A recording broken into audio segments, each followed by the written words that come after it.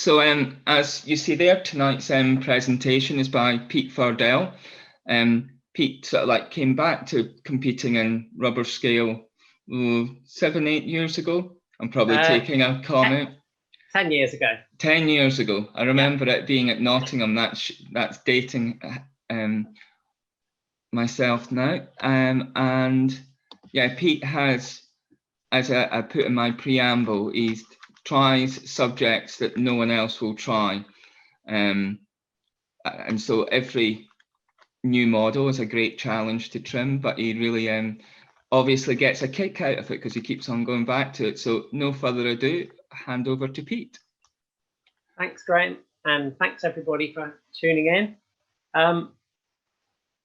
As Graham said, I do sometimes like to make potentially tricky subjects, but I don't just make tricky ones. I do like to just make models I know will fly as well. So it's a bit of a mixture, really.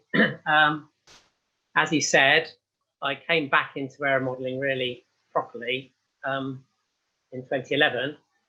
Before that, like many of us, I built models as a kid, and I had my dad, very lucky to have him, of course, encouraging me all the time. And whenever he was building his big radio control scale models, I was allowed a corner of the workshop to pretty much build whatever I liked.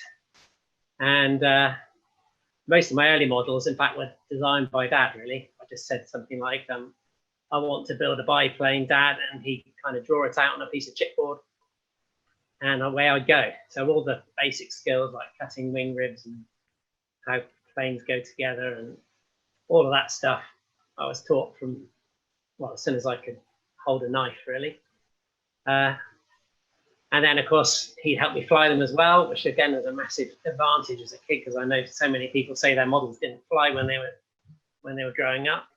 And although my dad was more into radio control, he certainly started on free flight as well when he was younger. So that was great, really, because yeah, anything I wanted to do, I could do it. And endless supply of balsa and tissue and glue, and a field behind the house where we could test them. And then sometimes I went along to his club. He was flying at Filton in those days. And so yeah, I had a proper runway and everything, really. But then, like many of us, I kind of drifted away from it during my university years, and tried a few different things, moved around the country a bit. But eventually I settled down and had a bit more time and a bit more kind of time to think about things like airplanes. And so I started building again. But this was probably maybe 15 years ago. And so I built one or two models trying to remember how to do it, and didn't really get very far. The models looked all right, but I was trying to fly them just in parks and things. I couldn't really remember what I was doing. And I was a bit too ambitious even then.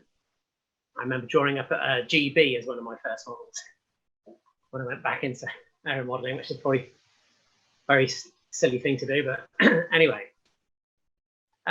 So that was kind of got me up to about 2011 when I finally found a way back in. So this picture here, I'm just going to get my highlighter pen. I'll use my laser pointer. Yeah, this picture here, that's me in about 1977, I should think. I'm about 12 or 13. And believe it or not, that is a Blériot 11 I'm holding there. And that was one of my dad's designs. I said, I want to build a Blériot 11, Dad. So he drew me a Blériot 11, and he obviously realized if I'd had the open fuselage, that probably would have broken straight away. So he covered that in. He realized the undercarriage would have been a nightmare, so he simplified that. And then he had some cylinders left over from one of his old models. So I stuck them on the front because I thought that looked good. But that plane actually flew really nicely, and it was a dead simple model. Didn't take me all that long to build, and I could go and fly it. And I've kind of kept that sort of can-do attitude, I suppose. So I don't really believe there's a model you can't build.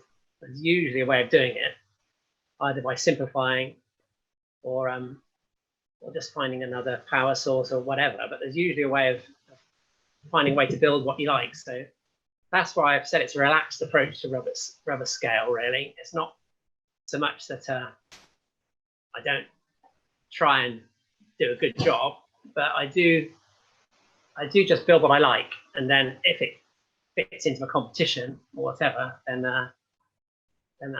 that's so much the better, because I do like flying with other people. I do like flying in competitions, but I don't really build for competition. I build what I want to build, and then find a way to fly it as much as possible. So that's my workshop at the moment, after a good tidy up. And as you can see, there's quite a good variety, because I do like to mix things up a bit, but I have got strong preferences to certain parts of aviation, as you'll see as I go along. Okay, so I'm going to just move along. Yeah, so getting back into it, the thing for me which really did it was probably the internet. It was this Hip-Pocket Aeronautics Builders Forum, which I still go on a lot, and finally being able to talk to people who really knew what they were doing, and realizing that there were dozens of other people around the country building the same kind of models as I did, because I knew there was lots of radio control activity going on. There's a club up the road from me in Beverley, which I've seen them flying on their site, but very little free flight, and certainly very little free flight scale in my immediate locality. So once I could talk to people who were fantastically friendly on this forum, and got to know people like Russ Lister and Graham Bannon and various people on that forum, and another forum which is sort of died a bit of a death these days, the Small Arts Flying Forum. Those two internet forums really got me back into it, because I could find out where to fly, how to fly, what to build, get little tips if I was having trouble. And also, in the meantime, of course, I was checking out things like Mike's wonderful website, which again kept me updated on what was going on. And I realized there was things like the Free Flight Nationals and all these other people building these fantastic models, and loads of tips on there, of course, as well, how to do different things. And reading the magazines.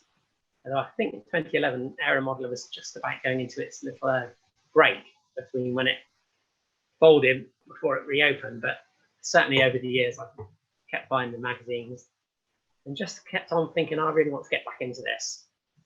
And then when I did get back into it and met a few people, eventually it was this club, Clayton Green Indoor Flyers, which isn't that near to me. It's on the other side of the Pennines. At that time, it was at Clayton Green, which is sort of a trolley way.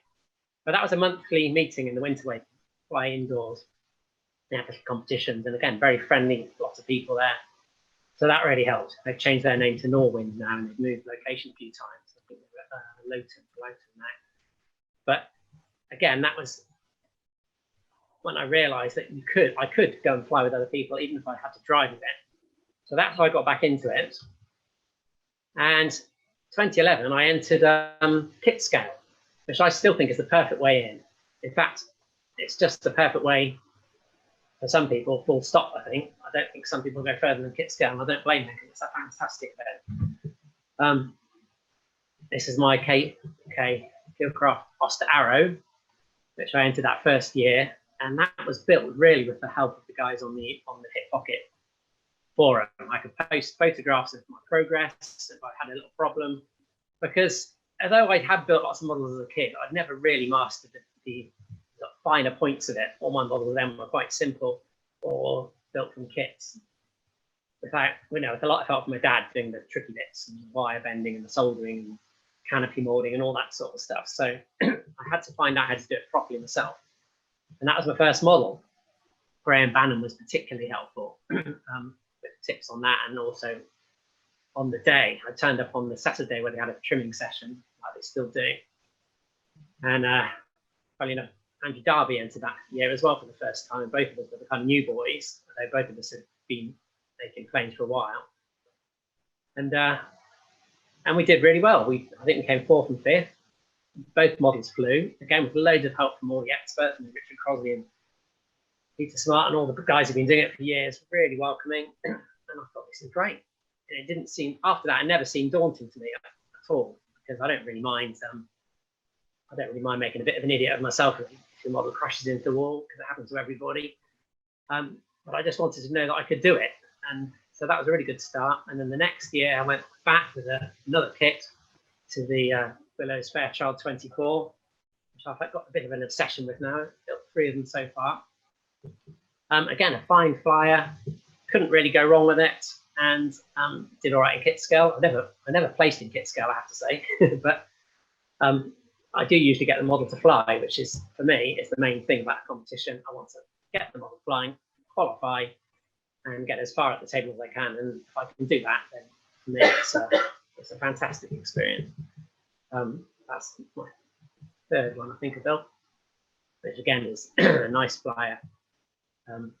So anyone thinking about getting into the indoor nationals or indoor scale at all, I'd just say kit scale. Just any kit you like, ideally one which is probably going to fly, and then go for it. Another kit scale entry a few years later was this Aerographics Blackburn monoplane. And by this time, I'd started entering the open class as well. I had 1 year when I just did the kit scale, and I thought, right, I'm going to go for it.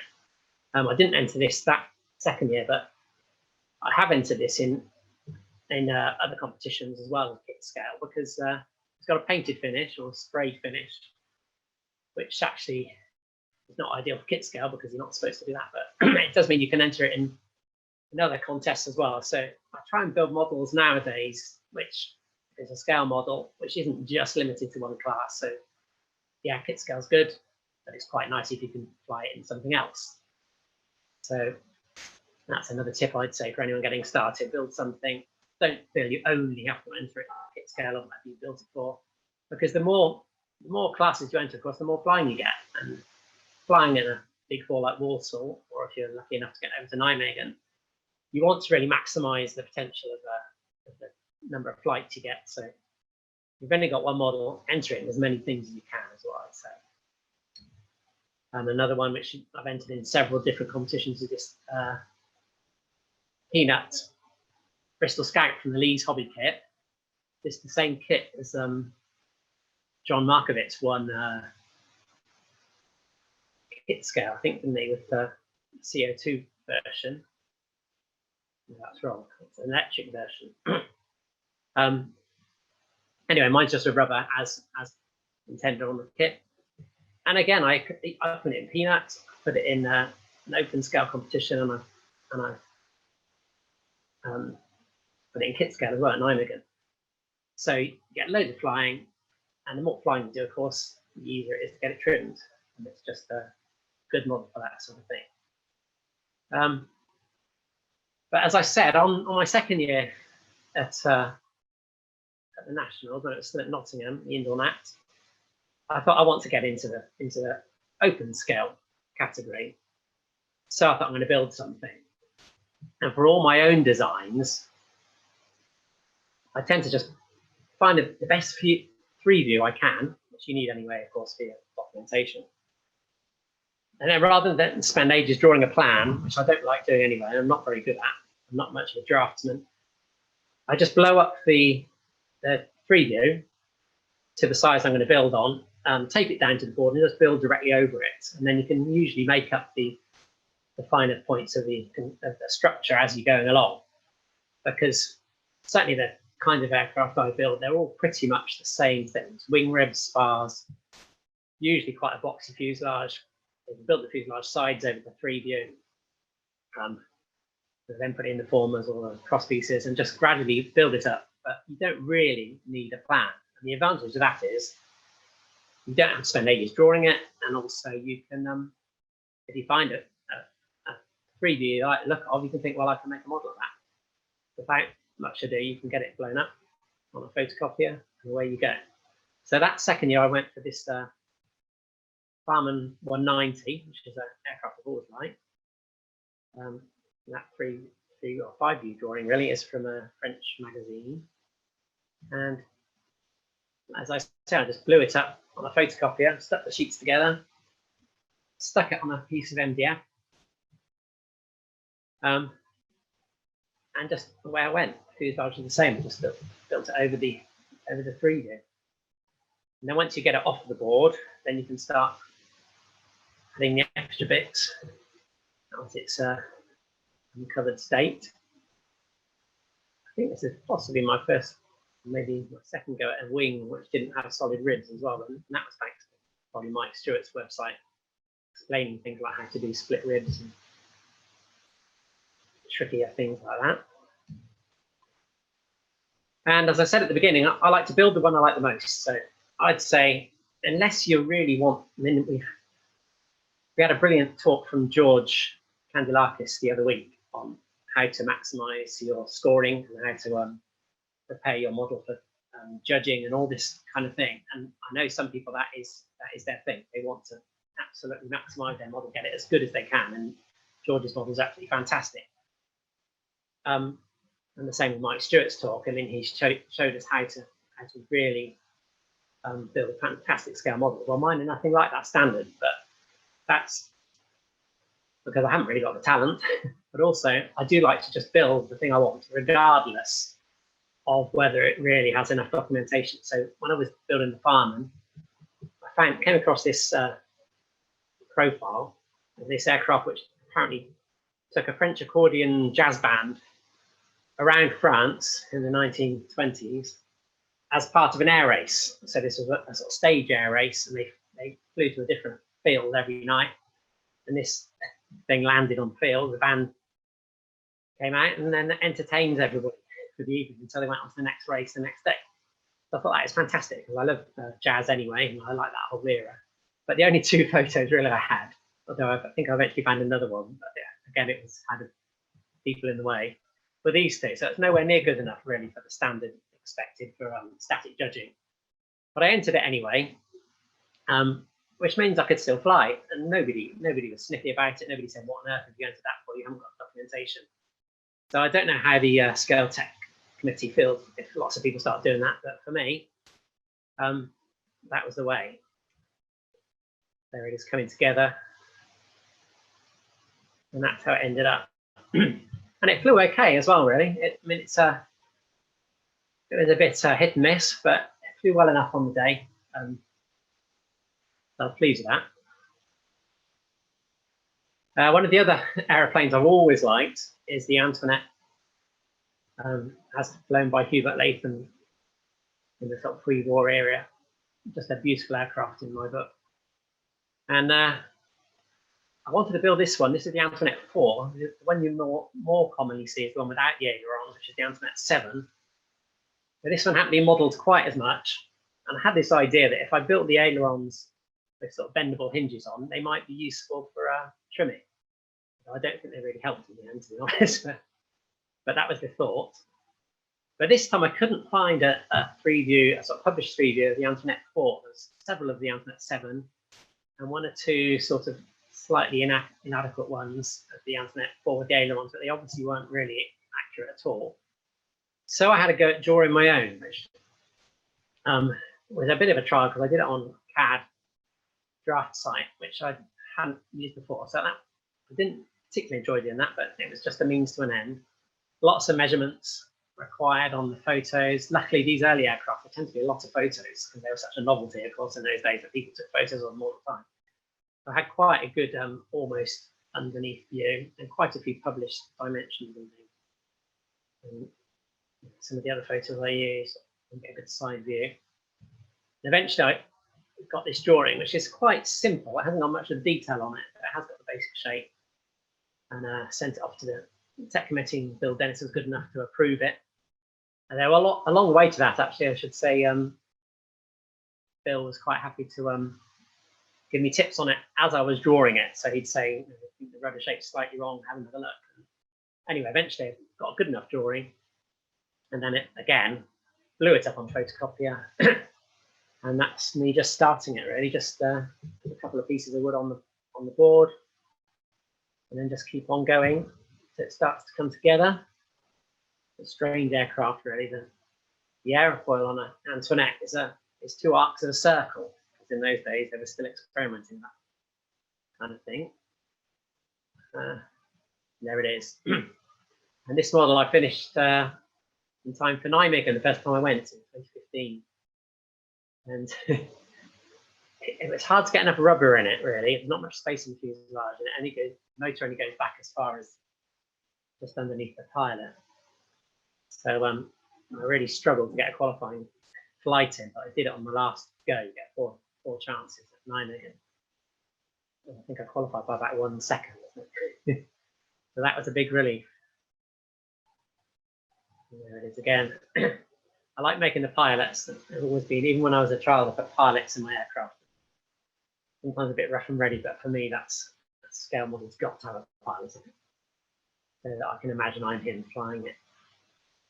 There's a real Hubert Layton. That's my artist's impression of it. This is quite a recent one. A couple of years ago, I thought I'd try a slightly more serious attempt at making a really good scale model. And this is a consolidated PT3, which again I liked the look of it. I also like the fact that I hadn't seen many models. I think there's been 1 or 2 radio control big versions, but I hadn't seen a free flight version. And this time the 3D was almost too good. There's just so much detail on there, so much clutter. And that's only just 1 page of it. There's another page of that showing the structure and all sorts of details. But that didn't really matter because you can still get the bits you need. So again, I blew it up on a photocopy, stuck it on the board, and just built over it.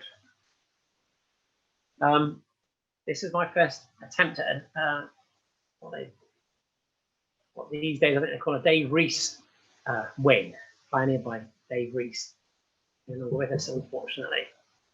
And again, Mike Stewart's website is the place to go if you want to build that kind of wing. With these diagonal cross braces, which give it massive strength, but also very light because, of course, the ribs are just a piece on the bottom, then the spars laid on top, and then the top ribs added. Another tip from Mike on his site was these. You notice that every other rib is just a top, which means that you're saving a lot of wood, obviously, especially on a biplane. And most people, when they're looking at a scale model, they're looking at it from above. So you don't really particularly notice that the underside has only got half the number of ribs. So that's another good tip I picked up from Mike's site. There's the finished model. The worst thing about an indoor model is you have to trim it to fly indoors.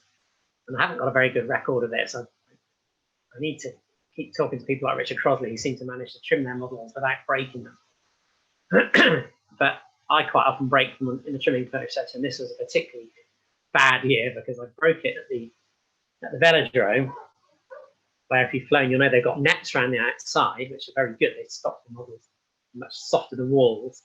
But unfortunately, if it hits the net, it slides down the net, and then mine hit the net, slid down it straight into a bin. And it didn't quite fit in the bin, so it kind of split the fuselage down the middle as it was going. This was a few weeks before the indoor nats, put it back together again. It was already looking not quite as good as it was. And then at the indoor nats, on the trimming session on the night before, again, I flew it into something, flew it into the wall, broke the fuselage in more or less the same place. So that was it. I entered something else that year. But I did repair it and took it to Nijmegen in the following autumn. And then it did get a couple of reasonable qualifying flights there. So it did pay off to persevere with it. And again, I learned some things really because I strengthened the fuselage. I realized the fuselage was vulnerable because these big open cockpits meant it hadn't got much strength, especially with the rubber motor and the tension of the motor. It's effectively only a 3-sided box really. So I put sheet sides inside the stringers on the front section, and that's gave it a lot more strength. So if it hits the wall again, hopefully it won't be quite such a disaster. Again, it's all tips picked up on the aero modeling forums and just from going to as many meetings as possible. And I wouldn't necessarily have thought to do that otherwise. So I'm quite pleased with that model. It does fly, and I'll probably take that again to Nijmegen or possibly the indoor nats if we have one this year and see how it goes. But by the way, the reason it crashed into walls and things was because the rudder hinges were too loose and it was straightening up in the prop wash. Again, it was a lesson learned the hard way. This is a Codron Type F, which is the forerunner of the Codron G3 of the First World War, but this is slightly pre-war aircraft. And again, I just built it because I liked it. And it probably wasn't the best idea to make it a rubber model because, as you can see, it hasn't got a great deal of space there for a rubber motor. But I wanted to give it a go anyway. One interesting thing I tried, which I hadn't tried before, was this use of acetate for the trailing edge, the scalloped edge, and this funny step that these Trojans have in their wings. I wanted to use something where if I covered it in tissue and the light shone through, it didn't look solid, which is what happens if you have a sort of scalloped halter edge sometimes. And I know people have tried using thread and things, but again, that's tricky. So I thought I'd try this, and it actually worked quite well. I've used it a couple of times for thin scalloped trailing edges. And if you use something quite thin, it doesn't think it adds a great deal of weight. But again, yeah, blew up the free view and just built it over it. And that's how it turned out. So you can see the funny step in the wing. And the edges aren't too bad. And again, it was one of my sort of semi-successful models, which sort of flew. In fact, it did fly. I got it to take off and do a circuit at a low level, but you won't be surprised to hear that I couldn't get enough rubber in that nacelle, even with braiding and trying all sorts of things to quite get it up to an acceptable sort of height or long enough to qualify. I might re-engine it with a CO2 or an electric motor at some point and give it another go, because it's still in reasonably good shape, and I'd like to see it fly. This is probably my most successful of my own designs. It's not particularly well-built model, but in terms of flying, it's certainly my best one of the ones I've actually designed from scratch. Again, I just like the look of it. It's a funny looking thing, I know, but I've got a thing about agricultural aircraft. I think they've got a good look to them. Something to do with their functionality, I think. There's nothing on it which isn't serving some purpose. And that 3D is in one of the Putnam books. I think it's probably the A.J. Jackson Civil Aircraft book, I think, which has got loads of 3Ds of all sorts of interesting aircraft. And quite a simple design, really. I might build another one eventually, slightly bigger, I think, because I really like this. And I've flown it indoors and outdoors, and I've flown it in all sorts of competitions, including the Rubber Bowden competition, and mass launches and anything like that. The Macefield rules competition they have at Peterborough Flying Aces, it's done quite well in that. Because it's a good flyer, and once you've got a good flyer, especially if it flies indoors and outdoors, you can just pretty much turn up to any meeting and chance your arm with it. So that's been a good model for me. Yeah, ag planes are beautiful, I do believe that. This one, the Calair A9, I'd never heard of this aircraft, and I spend ages just flicking through books. I buy far more books than I should do. And this is just a little book, it's a collection of little books with these little black and white silhouette 3 views in. And I was just flicking through that. I came across this. It's only a tiny little book. And I thought that was like a nicely proportioned aircraft, a bit like a Pawnee or something, but a little bit different. And I was tempted just to build it directly over the over that preview, just maybe marking the ribs and just to go from there. But I thought I do want it to at least have a chance of getting a static mark of sorts in the competition. So I thought I'll just check it. And this is another thing I'd like to find out more about, really, is how to check 3Ds against photographs. But this one, again, with help from people on the Pocket forum, I drew around this photo on the computer and then superimposed the outlines over the 3D, and I found it wasn't really quite close enough, even for someone like me who's not that fussy. So I decided to draw my own again, tried on the computer again, and wasn't getting very far. But in the end, I went for the hand-drawn approach, with lots of rubbing out and retracing. Again, I don't really like doing it. I don't like the fact that it's taking up building time when you could be in your workshop. But as a means to an end, I don't mind doing it now and again. So I kept at it. Bill Dennis's tip was once you've got your 3D view, blow it up big, trace over it again, and then shrink it. And that way you get a much finer line. And that was good, I think. So I ended up with not the best drawing ever, but good enough to get rectified and good enough to build over top of. That's the drawing. And yes, once it starts coming together, you can forget about the drawing a bit and start looking at the photos. And I went a bit wood happy on this one, I think. It ended up too heavy compared to the Agricola, which was a nice light frame. This one, it got a bit too much sheet water in the end. But it started to look the part. One area I still struggle on is the covering. Every single one of my models, I think, has got these little wrinkles here and there, some worse than others. One day I'm going to build a model without any wrinkles on. I haven't happened yet. And then I found the one I wanted to do, which is this shark-mouthed, totally knackered-looking aircraft, which is still working, I think. Or at least it was when I built the model as a glider tug in California. And of course, the advantage of having an aircraft which is still going is there's plenty of photos. So I at least had decent photos for this one. And to replicate this very faded, peeled off paint, I had this idea that if I just blew up this photograph to the same size as my model, and then printed it off, and then cut the actual photo out on paper into the panels, I could just stick them on the side, and then straight away I'd instantly have this sort of nice weathered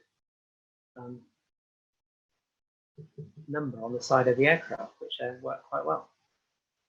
There we go. There's the real one.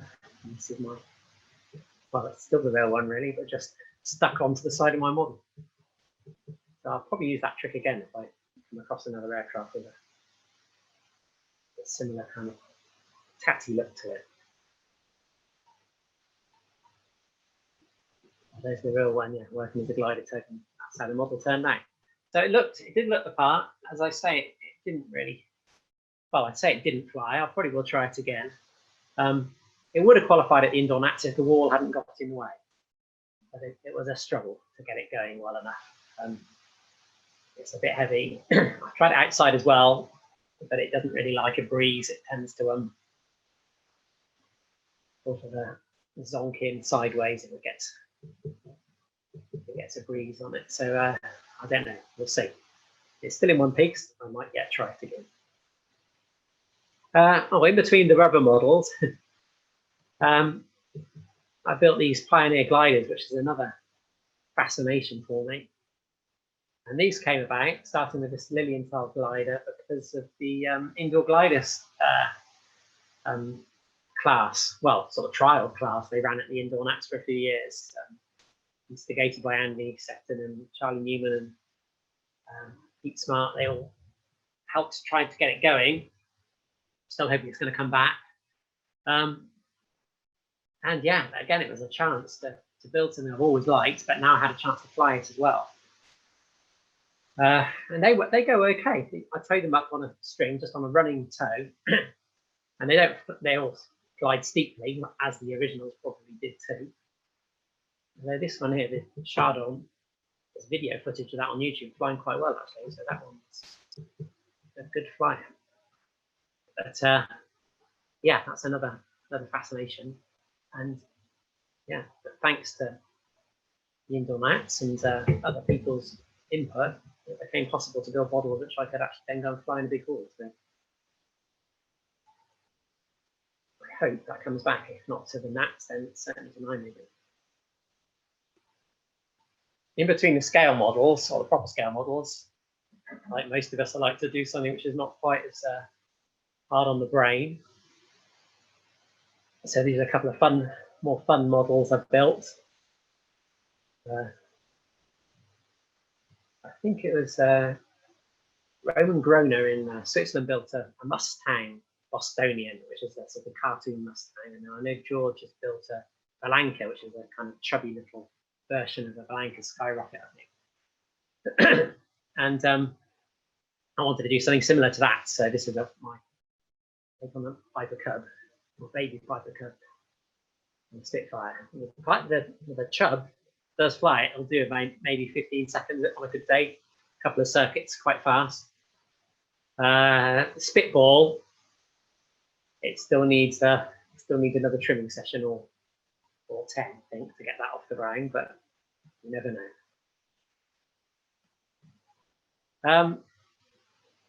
If I'm building a kit model, just to stave off boredom, really, I like to find a subject which hasn't maybe been done to death, or just which appeals to me. So when I did the SE5A, did this racing version,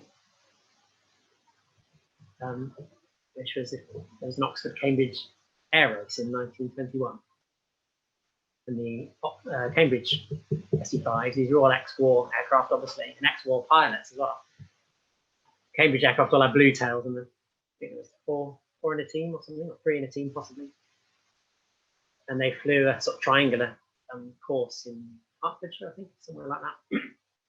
Anyway, Cambridge won because the Oxford team spent all their training sessions in the pub. The Cambridge team actually went out and practiced. Yeah, this is from the BMC Vintage Model Company kit, another Andrew Darby design. And like Graham was saying at the beginning before we started recording, those kits are just fantastic. If you haven't built a kit since you were a child, and then you build one of these kits, you'll be amazed because they click together almost like an Airfix kit. But the part fit is so good, the instructions are so clear, the wood selection is good as well, so you can't really go wrong. And it flew as well. It flew without almost no trimming. So that's the SE5. Another kit, which I sort of tweaked a little bit, was this Leisler Storch. This is a Dumas kit. It's a lot bigger than the Vintage Model Company ones. I like to build quite large when I can, partly so that I can fly them outdoors as well. And I found a picture of a Norwegian one. I didn't particularly want to build a German one because everyone builds these sort of like German Storches. But this is a Norwegian one on skis. And that was good fun because I used a takeoff dolly to start with, thinking it would never get off on skis, but eventually I dispensed with the dolly, and it does actually take off on a reasonably smooth floor. It'll get off on skis.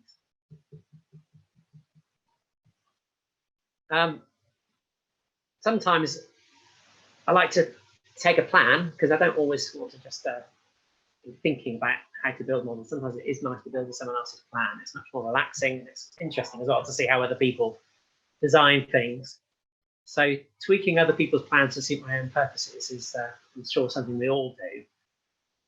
But one thing I've realized the last few years is that outdoor rubber model plans in aeromodeller and on various internet sites where you can download them, a lot of them tend to be just a bit smaller than I want, really. Either built for indoors or built for sort of peanut competitions in sunny places like California where they don't have the weather we got here. So I like to build bigger. I like to build at least sort of 30-inch span, really. But there are some good icy power free flight plans. And this is one which I built as a child with my dad's help originally. And I remembered it fondly because it did fly, even with my sort of ham-fisted skills back when I was sort of 10 or 11. So I rebuilt, or rather I built another one, the same plan. It's a Dennis Rattle plan. I think it's in one of the aeromodelers. And again, this flew really nicely without any trimming almost from the start. And I think I had about one season of it flying well. And after that, I think I pranged it. And it never flew quite the same again after that. And it gradually got more and more bent and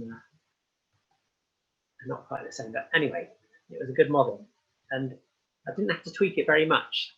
The original plan is all sheet on the fuselage, top and bottom. So I just had sheet sides, and I used 16th, I think, in the original, so 3/32 possibly.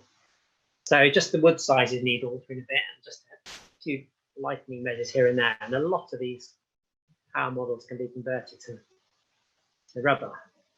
Another thing you can do, of course, is just blow up a smaller plan, which is what I did for my second Fairchild I built. Again, it's a Guillow kit plan, but I blew it up from 24 inches to 31. So that was so I could fly outdoors with it. And that went well as well. Had a lot of good flights with that. Entered it in lots of competitions. Static marks, if there were any, were absolutely rubbish, as you can imagine. It's not particularly accurate scale model, but as a flyer, it you can't really go wrong with it. I didn't change much from the kit plan, I don't think, for that. Maybe a bit more detailing at the front end. And then this one from a couple of years ago. Again, it's a power design by Gary Mays. I didn't change much. I just lightened the wood a little bit, thinner wood for the fuselage longerons. And of course, you have to come up with some kind of nose block at the front instead of the engine bearing. But that's been a lovely rubber model for flying. So I entered that in every flying only competition I could in 2019. And it did pretty well, really. And it handles the wind as well, which is a massive bonus. If you can build something which can cope with the blustery conditions we often get, then that puts you ahead of half the field before you know it. But that, I mean, that's a testament to Gary Mays' design, really. I didn't change anything to make it cope with the wind. It's just how he designed it.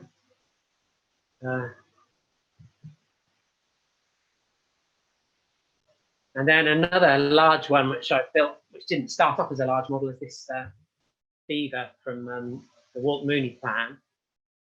The Walt Mooney version started off as a Bostonian 16-inch span plan, and then I think later he tweaked it slightly to make a longer wing, but it was still a small model. Now this is enlarged to about, can't quite remember, maybe 3 foot, a bit less. And again, it's good. It's a good model for flying outdoors. Nice, simple design. I probably wouldn't put it in a competition where there was any static marks, but for a flying only competition, it's good. It flies well. When I first flew it, I had it going left. And again, this is the Hip Pocket Aeronautics forum. You can put a video of your flight on it and say what's wrong with that to people, and they'll give you trimming tips. So the next time you go to the field, you're already armed with lots of advice. And I thought it was quite a nice flight. It was going in a nice left-hand circle. Everyone said it was good, apart from Bill Dennis, who said that should be going the other way. And I was a bit doubtful, but he knows his stuff. So I took off with the various kind of gurney strips and things I had, little tip weights and stuff I had on it to try and make it go left. Put in a bit more right thrust and sent it right. And after a few more trimming flights, he was absolutely right. It soared away. And it's a good flight, but it does go right. I think the trouble is I'm so used to flying indoors where nearly everything goes left, but my instinct is always to make it fly left. Outdoors, fly right, I think, is the more common approach. There is no such thing as a write-off. I'd say that because a model is made of water and tissue, which is all replaceable, doesn't matter how bad the damage is. If you really want to, you can repair it. This is the demise of my enlarged Guillow's Fairchild 24, which you saw on the earlier slide. And it was a bit heartbreaking, really, because I think this was the May pre-flight nat, and I was just trying to get in some trimming flights. It's got the tailplane's a bit too thin, really, and sometimes it gets a bit warped, so sometimes it doesn't quite fly from the hand as I'd like it to. Anyway, it sort of zotted into the ground a little bit. Not a bad crash, I didn't think. But because there was a couple of slightly split longerons in the fuselage, and all the turns were still on the motor nearly, it just kind of concertinaed.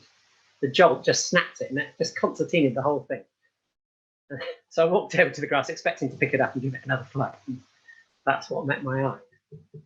And I was a bit depressed about it, really, because I couldn't fly it in that competition that year, obviously. I think I had got another model I could enter, but anyway, I took it home and I thought, actually, the wings are okay, the tail's okay, the fuselage is okay, really, apart from the bit in the middle. So I took the bit out in the middle, cut it away, cut back to the good wood, as they say, and I thought, I'll build the bit which is missing. And I still had the plan, the enlarged plan which I built over. I was able to just fill in the missing bits. And that was a good lesson for me, really, because now I do think a lot harder before I've been a model, and I have been a lot of models. I mean, you have to, really, because I build maybe 3 or 4 models a year. And even just in 10 years, that's going to be 40 models, and I haven't got the space. Or 50 models. I haven't got the space. So when they get a tatty or they stop flying, or they do have a crash, I do sometimes just bin them at this one, put it back together, and recovered it. And it was almost as good as new. And I got a couple more years flying out of that. I'm glad I did it, really. That has now gone to the Fairchild heaven, I'm afraid. I took it to Old Warden for one of the few dates we got there last year, in between lockdowns, and it was a horribly windy day, really. I risked it anyway, and it smashed into the ground again, and everything broke off it. I thought maybe it was time to put that away. But beyond that, really, I kept the wings. I might build another one. We'll see. So that brings me on to the lockdown year. I'm sure we've all been busy. These are the models which I have to show for it at the end of it. So in terms of building, it's been a good year. Right? It's been an awful year in terms of everything else, but in terms of getting things built, it's been a fantastic year for me anyway. This Delta 500, I just finished that in January, and I think I was just about able to get in a few trimming flights before the first lockdown. And then I flew it again at Buckminster at one of the meetings I had in the autumn. That again was built over a 3 view. It started with a blown up peanut plan by Belong. But I didn't really like the peanut plan when it was enlarged that much. It just seemed not quite accurate enough for me. Then I found 3 view, sort of started again. And it's a good model. It's a beautiful thing, I think. Close-up inspection, there's a lot of blemishes on it. But in terms of just a nice looking model which flies quite well, I'm quite pleased with it. And then this is another of the Andrew Darby designs, this Tiger Moth from the Vintage Model Company range. And I built that for kit scale last year, which of course didn't happen. And that's, again, a nice kit to build. It easily went together. I've flown that a few times in my local field, and I think it's going to go fine. I think all these Andrew Darby designs will fly, because he tests them, basically. He builds a prototype, gets it trimmed, tweaks it before he does the kit plan. So they're kind of tried and tested before you even start, and all sorts of things to help you on those kits. Little jigs for the wings to get them aligned, all the things which are normally a pain, kind of done for you. And that's a New Zealand example, which I think Ricky knows of, which I love sunburst patterns. It's just done with tissue. Well, I sprayed the white on, so I'll lose some kit scale points for that, I think. Possibly not. I can't remember what the kit scale rules say now, but and then yellow tissue over the top. The beaver, of course, from the Walt Mooney design, and that was part of the Walt Mooney Cook Up I started on the kit pocket form, which I'll come on to in a minute. As was this little Demoiselle, which is another Walt Mooney design. Haven't flown that yet. It's just got a aspiring CO2 motor in it, which may or may not be enough to power it. We shall see. Blériot, which again I'll come on to in a minute. Just finished that a month or so ago. And then this is my most recent model, this little Combo Swift. which is for another cook-up somebody started on the Pickpocket forum. The cook-up being where everyone builds models to a theme, shares their progress. Really good way to keep yourself motivated. Yeah, the Walt Mooney Cook Up. This was just a kind of almost a spontaneous remark, really, in the middle of the first lockdown, or well, towards the beginning of the first lockdown. I said, would this be a good time for a cook-up? As in, shall we all start building, keep each other going through the lockdown? Lots of people off work, of course. I work part-time anyway, but I was, I'm a teacher, so I was working from home. So yeah, that's what I said. Let's start a cook-up. There was a bit of interest. Walt Mooney seemed the obvious choice because he's done probably hundreds of designs, a very good variety of designs as well. Most of them smallish models, ideal for building at home. And we ended up, I think, ran it for about 3 or 4 months. aeromodeller got wind of it and did a feature on it, and it gave it a prize of a year's subscription to aeromodeller. It's a little trophy I made for the winner. It wasn't really a competition, it was more of a just a fun thing to do, but we did have a vote at the end on people's favourites. These are some of the ones which scored pretty highly on the voting. That's George Lux's, I can't remember what it's called, he'll tell us I'm sure at the end. Walt Mooney design. There's a CO2 motor in it. The Dave Cutterill's, I think, an Aero 100, I want to say. Again, I can't remember. A lovely job he's done with that. Beautiful model. This is Chris Brainwood's grey and white Bantam. Another Walt Mooney peanut, I think, but I think he possibly enlarged it. I'm pretty sure he enlarged it slightly. So really characterful aircraft. Stephen Thorpe, this is, who built this Booker Youngman, and he's got flight videos of that. Absolutely amazing performance he gets out of all his models. If you take aeromodeller, you'll have seen his articles on pendulum control for some of his models.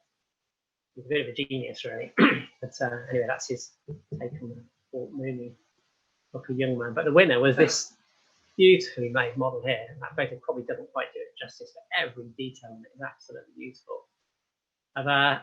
It's called a Kahela Lark, and that's Mike Kelly in the USA built that. And he builds some stunning models. But yeah, so that kept us happy, kept us busy anyway, over a few months. And we ended up with, I think, 56 completed models all around the world, some in Australia, New Zealand, various countries in Europe and America as well. And yeah, 56 models, and some still being finished. I think there was about 77 on the list, and about 55 or 56 got completed by the end of the cook-up. So quite pleased with that, and it's just took everyone's mind off COVID and all the other nonsense going on. So that got us through the summer. Well, there's one of my entries. The Mooney version is for rubber, really. But I decided to put CO2 motor in. I've got these CO2 motors, but I haven't quite got into CO2. I've sort of tried a few models, and I don't really understand engines very well.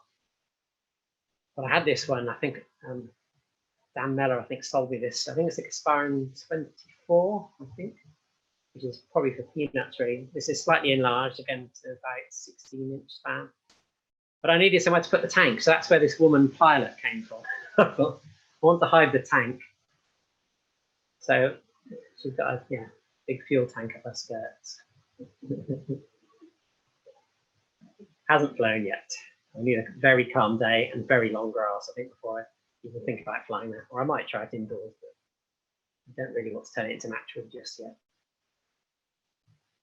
The other thing which kept me busy over the summer lockdown was this idea I had of recreating Louis Blériot's 1909 crossing of the English Channel, but we weren't really allowed to go anywhere.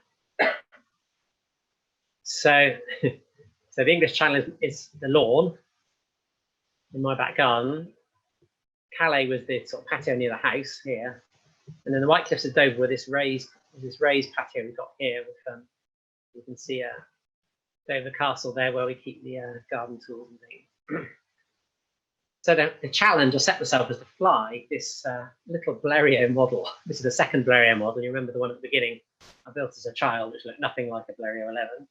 This one looks slightly more like a Blériot 11. But I put this together, I think, one holiday when I was bored several years ago.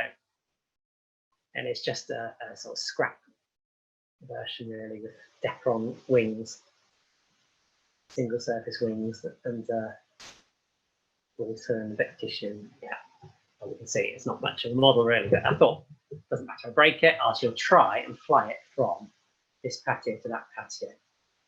And I thought it might take me a couple of days to do it, but it turned into a massive undertaking in the end, because it didn't seem to matter what I did to it. It either went left or it went right, or it went, well, over the hedge, over the fence, into the trees, anywhere but straight down the garden. So I filmed progress, and to start off with, I just put this little film on YouTube of the challenge I'd set myself, and then I put another little film on my first attempt, and then I gradually got a bit carried away. So it turned into a series of 5 films called Back Garden Blériot, which you can see on YouTube if you like. And I started having more characters adding into it, and little people came in, and there's a steamer. And you can see it on that picture there. Paddle steamer. This is another model I built as a child, actually, a little electric paddle steamer in the channel. And Mrs. Blériot made an appearance waiting at Dover, and various trials and tribulations. And I'm not going to give it away whether I actually made it to the White Cliffs of Dover, or whether Blériot made it to the White Cliffs of Dover, but you'll have to watch them and find out. But if you do watch them in order, because the tension will be unbearable by the time you get to the last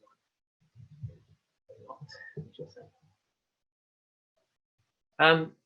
And yeah, that project was really part of an ongoing obsession with Louis Blériot and his Channel crossing, which started quite young. I think I had a book which showed a sort of child's book on the history of aviation, history of flights. It's just a picture, I think, of Blériot, and just the whole story of his Channel attempt and the race with Latham, and just the dangers of it, really, and just how amazed everyone was.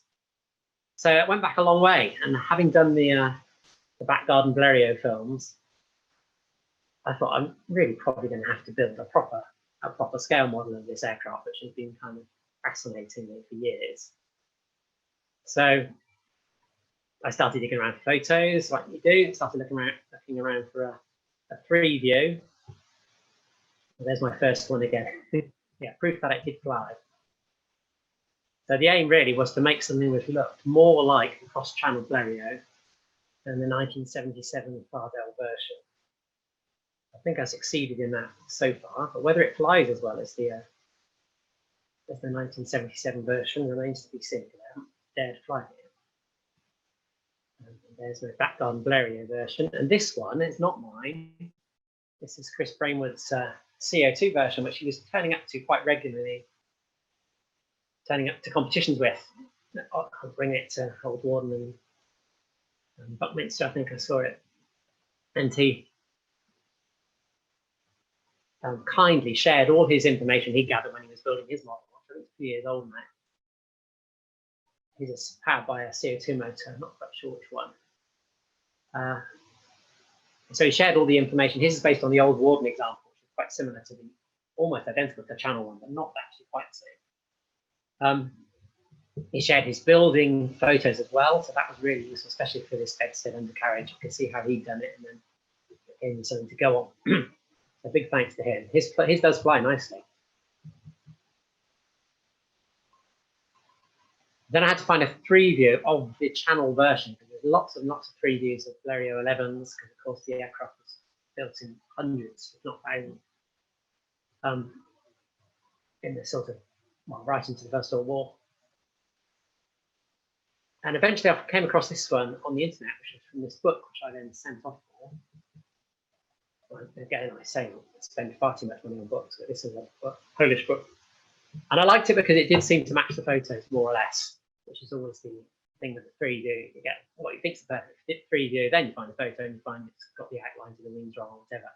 But this one at least had the right number of ribs as far as I could tell. Curvy wingtips, which some of the Blérios didn't have. It's got the flotation bag in the rear fuselage in case it came down in the channel. And so that's the plan I blew up to build over in the end. Luckily, I already had the wheels. I have made spoked wheels for some of my models, but for the Blériot, I already had these wheels. They're quite heavy. But then I realized the heaviest part of them were the rubber tires. These are a pair of wheels which you can't buy anymore, unfortunately. They're a Czech company, which I picked up in a model shop, I think, a long time ago. But I took the rubber tires off. They were just sort of press fit onto the rims, and I replaced them with just circles of foam, just painted black, and they might not look quite as good as the original tires, but they're miles lighter and half the weight of these wheels. And having said that, those wheels are probably pretty much where I want the weight to be anyway. So whether that was worth doing, I don't know.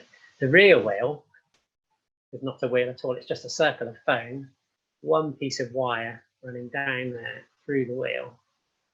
No spokes on it apart from that, because I wanted to keep the back end light, obviously. So there's no nose at all on the Blériot. All the other bits of that rear undercarriage are just thread or bits of elastic disguised as iron structure, whatever we use. So the back end, I did manage to keep that quite light, so I'm hopeful that I won't need a monstrous amount of nose weight. Enzani engine, which got Blériot over the channel all those years ago. It's made out of scraps, as you can see. And then, like I said before, I do like making the pilots. This is Louis Blériot before he flew the channel, looking fairly pessimistic. So I tried to carve him out of blue foam. I don't think I've quite got the likeness.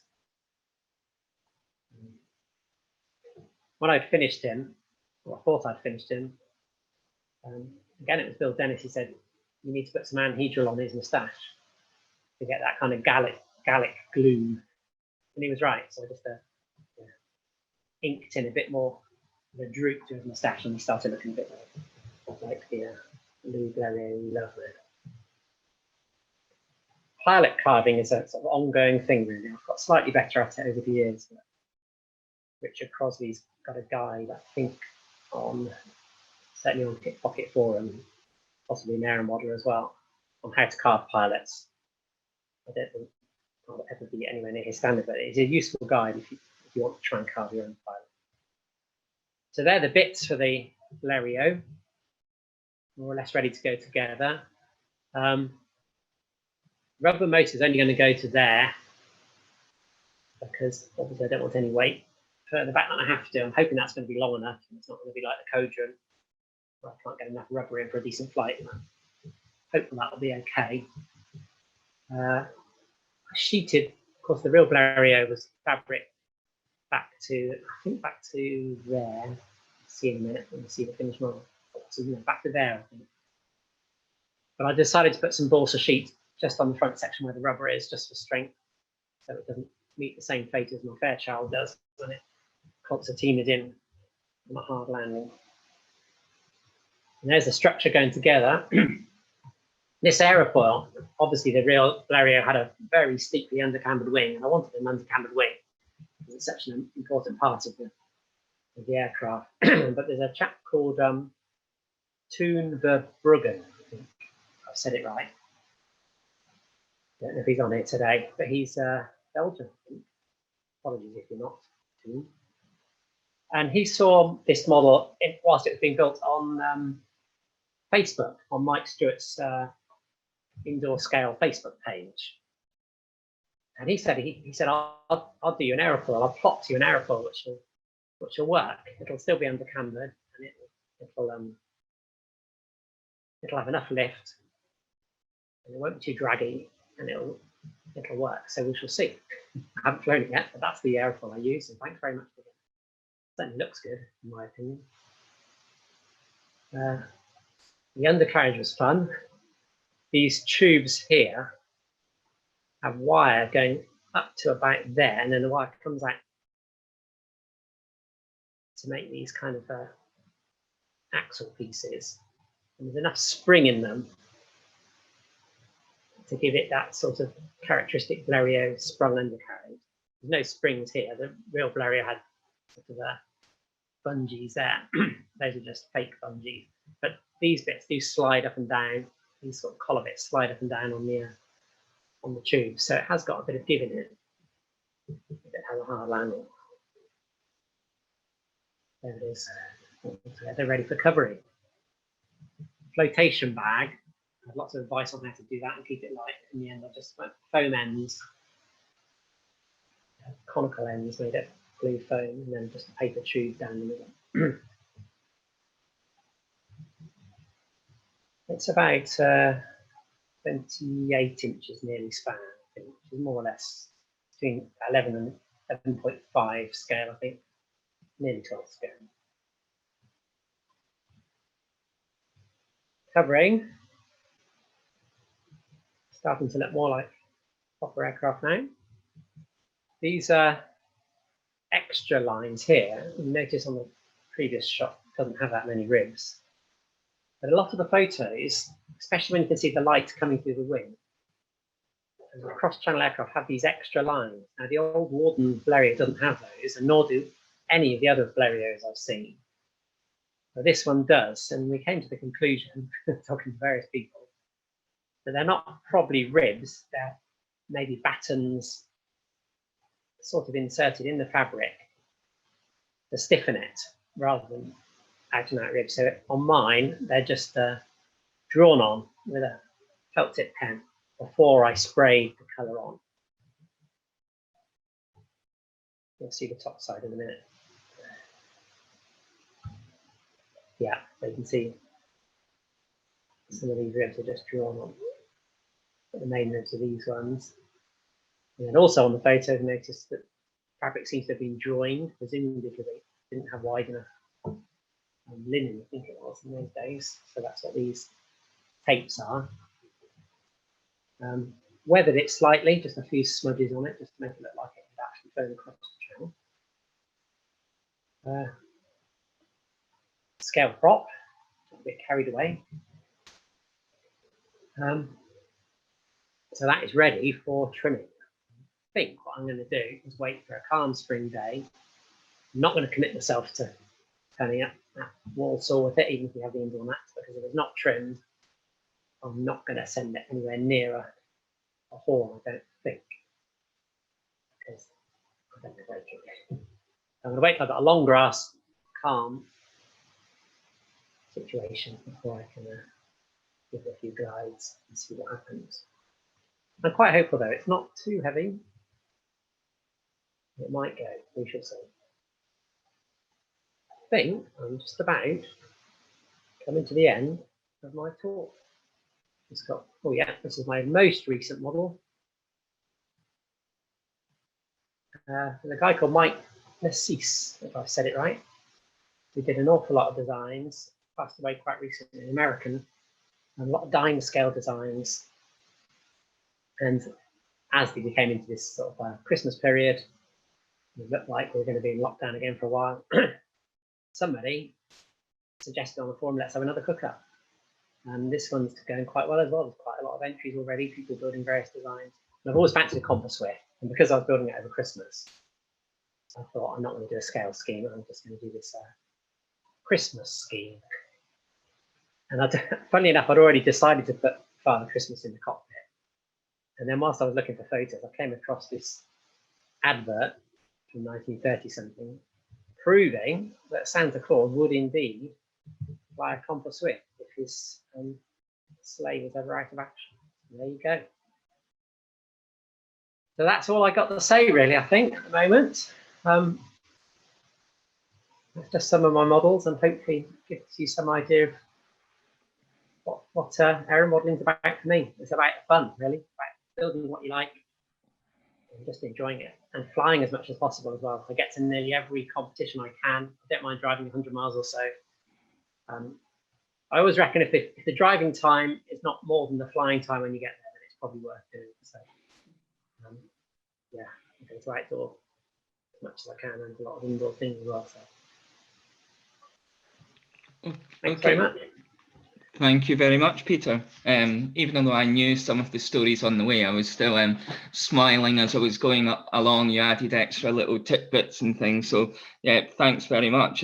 Lots of great advice there for people who maybe want to do a little bit more than kit scale, either like a subject that they can't find the kit for, or that want to have a crack at doing some design. So really informative there. And the only other point I'm going to make, if you haven't watched the Backyard Blarios videos on YouTube, then they're well worth a watch. I even got Dad watching them when he was down visiting in October, and he was laughing away at the trials and tribulations. So yeah, thank you very much, Peter. I'm going to go. There's a couple of questions have come in so far. So the only one thing that I will say is that Bernard Bruins has said that the indoor glider competition will be returning at Nijmegen in November. Hey. So there we go. Now, one of the Walt Mooney Cook Up participants, George or Chris Brainwood, do you mind just saying a few words about it, and just from your perspective, what it brought to you during the lockdown?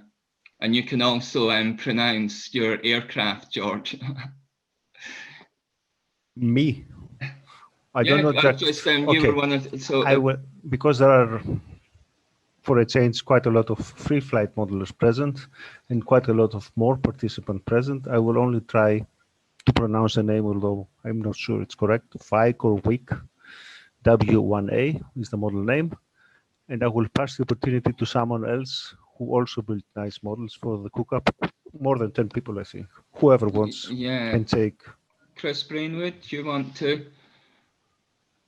I see that you're on. Or John Bowerman, actually. I've spotted you as well.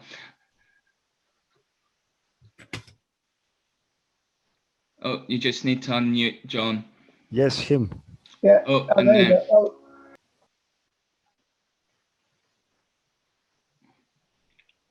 Unmute. Can you hear me? Yeah, got you now, John. I was keeping my head down there. It was just a brilliant piece of engineering at the right time. There were so many models you could build, and they all pretty much were guaranteed to fly, and it just captured the whole. I captured everybody. I mean, I think at one point there were over 100 pages of on the forum. So there's that many people involved in it. And yeah, it was really good. It really was good. Great fun. Yeah, and I mean, I must admit, although I didn't participate in it every evening, as I was getting ready to retire to bed, I would go on and see what the progress was. So it was really enjoyable. So thank you, Peter. I should say, sorry, if anybody wants to see the other models, if they log on to the Hip Pocket forum, there is a whole page of just the models. You can see everybody's completed model, and there's some fantastic models on there. I mean, John Bauman's GB is absolutely stunning, and then Martin Kinder, I noticed, is on here as well. He made a thing which I don't think anybody else would have been brave enough, which is called a BOC, and it's basically well, it doesn't look like an aeroplane, put it that way. But he was brave enough to do that, and yeah, virtually in fact every model I'd say has got something about it, and most of them are absolutely fantastic works of engineering. Yeah, some real experts on there. So if you just want to see a display of fantastic models, mostly peanuts, go on there and have a look, because they're great. Great. And just one other thing, Pete, a couple of questions have come through about the YouTube thing. So although you put the links up there, is your channel, is it PG Fardell? Is that? And then you can search that way. Yeah, PG Fardell, or you can if you just in the search on YouTube, you put Back Garden Blériot on YouTube. I think that is anybody else calling films Back Garden Blériot, so that you should find them that way. But yeah, PG Fardell is my channel. Great, thank you. And then just before I come to the other questions, because there's one person raised their hand, Stephen Lewis, do you want to unmute yourself and make your point or ask your question? Yeah, hello Peter, how are you? Hi, thanks. Fine, thanks. How are Good, you? good. I had a quick question. How do you get the covering to stick to the undercamber on your wings? Oh, that's a good question. Blériot? Again, it's what method do you use for putting the tissue on? I've tried various different ideas, but that on the Blériot, I just used glue stick, which I never thought would work until somebody told me it did. And I think so. It's just like a Pritt stick or a Yoo-hoo stick, put on quite generously. And I think the secret was, which I didn't realize, if you leave it to dry for a full 24 hours before you even attempt to dope it, then there is enough stick in just a glue stick, like a Pritt stick, to hold it. Which I was very surprised by, because I have made models where the undercamber pings away from the tissue pings away from the undercamber, but that works. So there you go. Excellent. And do you use dope and dope thinners for putting the tissue on, or do you use glue stick generally? No, I've never done the dope method. Well, I'll say I've never done it. I've probably tried it once. I don't really get on with that. So I used to use Thinn's PVA, just watery PVA, but that, of course, once that's stuck, that really stuck. So it's not very good if you want to recover anything. So I've used, the glue stick method is what I use generally now. Sometimes some PVA around the edges as well, but basically, I find that works. But my covering is my least good thing, really. I always end up with wrinkles, so I've got lots to learn on that. You can use the isopropanol on the glue stick to loosen it. Oh, can you? Yeah, it's not so good with dilly tissue. I haven't tried it with dilly, but with the sake, where you've got good wet strength, you can actually use isopropanol to sort of lift it up and then pull it a bit tighter and fiddle about with it. That's worth knowing. Thank you. That's excellent. Thanks, Peter. Thanks very much. That was a good presentation. I enjoyed it. Thank you. There we go, Adrian Hayward. And then coming to Martin Kinder after that. Yeah, hi Pete. Thanks very much for that talk. It was very informative and giving some ideas. Thank you. The question though, I've noticed a lot of your aircraft have quite nicely done rigging and such like. Is it actually a working rigging? It's a bit of a mixture, really. I mean, when I started off, I was using elastic. Bill Dennis gave me a job lot of grey elastic, which I think is actually the middle of shirring elastic. And I use that a lot because it's grey and it looks the part. But I found after a couple of years, it perishes and it just all breaks away. So more recently, I tend to use thread, which has got no stretch in it or hardly any stretch in it. So that is working rigging. And I like that. It does the, especially on biplanes, it gives a lot of extra strength. If you hit a wall or something, like my SE5, the BMC kit version, that's got thread. And I've flown that into a wall where you expect to knock a wing off, and it just holds it together a lot better. So, yeah. And secondly, with things like the Blériot fuselage, you have the rigging wires, tensioning wires within the frame.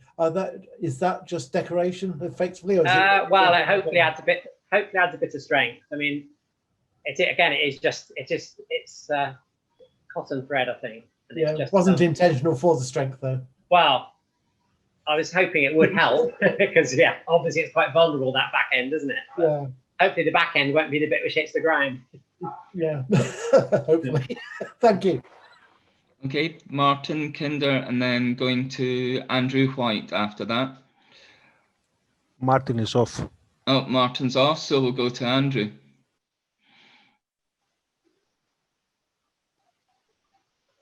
Oh, and unmute.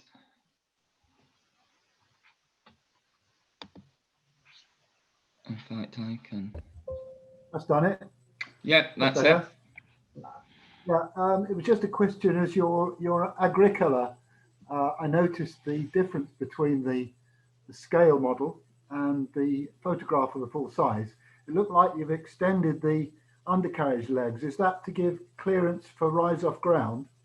I can't remember. I probably did extend them slightly, but yes, that would have been the reason, because it is low to the ground. Yeah. And is that allowed within the rules? Well, I mean, all these things, they're not disallowed if it doesn't match. If you enter it in a competition where there's static marks and it doesn't match your photo, you won't get as many marks. But I mean, it's always a compromise, isn't it? So yeah, it's not. There's nothing saying you can't do it, but if the judges decide that your undercarriage is too long, then it won't get as many marks. Okay, thank you. I tend to compromise and always go for the. I always want them to fly, so whatever compromises are needed to make sure it flies, I'm prepared to do, really. Okay, thank you. Thank you. And then you've got just a couple of thanks from people that have had to leave. So Mons thanking you, and then Gordon Whitehead, considering he wrote a book on sort of ingenuitive scale modeling techniques back in the day. And just sort of saying your enthusiasm, innovation, and wide variety of designs kept me enthralled the whole way through. So fantastic. Well, thanks for that, Gordon. From Gordon Whitehead, that's praise indeed. Yeah, that's. And you said you didn't have skills, Peter. It shows that you have an abundance of skills. I've always admired your models, so thank you. Thanks, Graham. And thanks everybody for tuning in as well.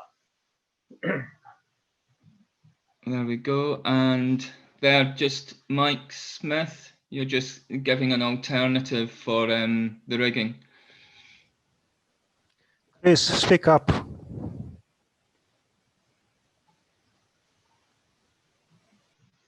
There we go. Yes, I recently learnt that beading elastic is very good. It gives, it has a slight stretch, but not too much, so it does work at the same time. And of course, for the outdoor diesel flyer, it's fuel proof, so you don't have to keep changing it once or twice a season. So that works very well. Comes in all sorts of colours, from 0.5 mil up to 1 mil. So we're using the thinner ones, and is all available on various websites. There we go. And Chris?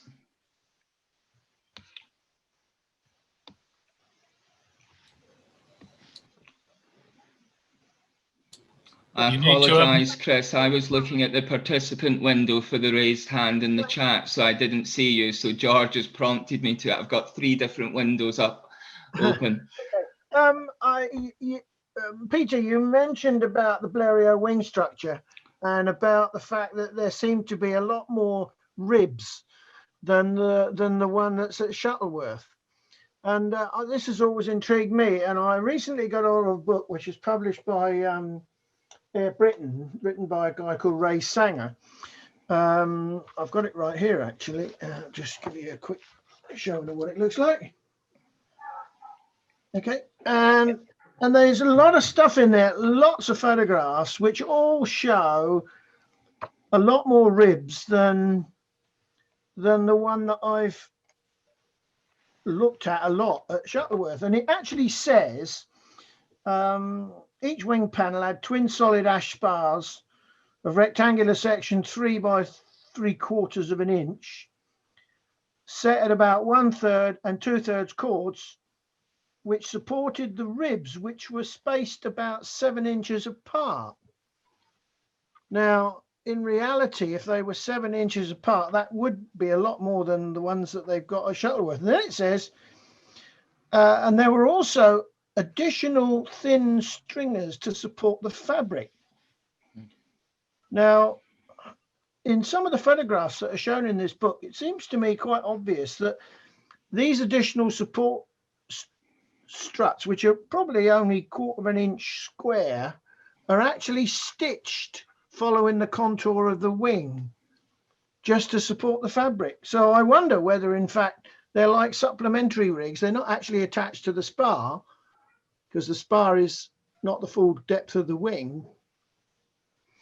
But if you haven't got it, or you haven't got sight of it, recommend you get hold of the copy of that.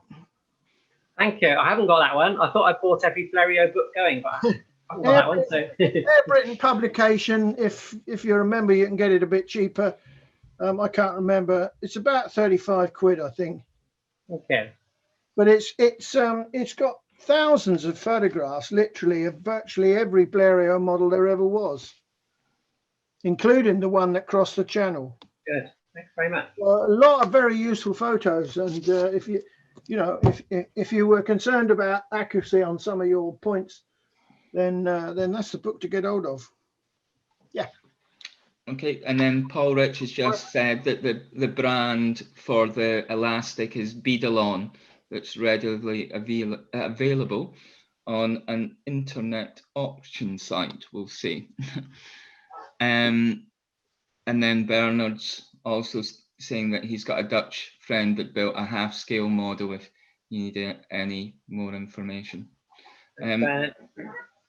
Is Bernard, I may as well come to you as you made a couple of points. Do you want to say anything again just about Nijmegen in November? Yeah, what could I say? We're still planning on doing it. Lockdown measures are getting heavier in the Netherlands to try and battle the virus, but we still have good hopes that we can hold we can have the whole meeting in November. It's still at least 8 or 9 months. So yeah, we have good hope we can do something. Yeah, and in terms of the event at Walsall, there'll be news coming out on that in the next couple of days once I've had another response back from the university on alternatives. Thank you very much. So thank you, Peter. Thank you everyone for joining tonight. In 2 weeks' time, we're having another change of direction. And it's a talk on helicopter scale, or scale helicopters, going from when it sort of like began and the progression, especially now with all the moving to sort of gas turbines, electric, it's really expanded quite dramatically. So Roger Warman and Glenn Davis, who is the heli rep in the STC, will be giving that presentation. So thanks everyone for joining, and hope to see a good number of you in 2 weeks' time.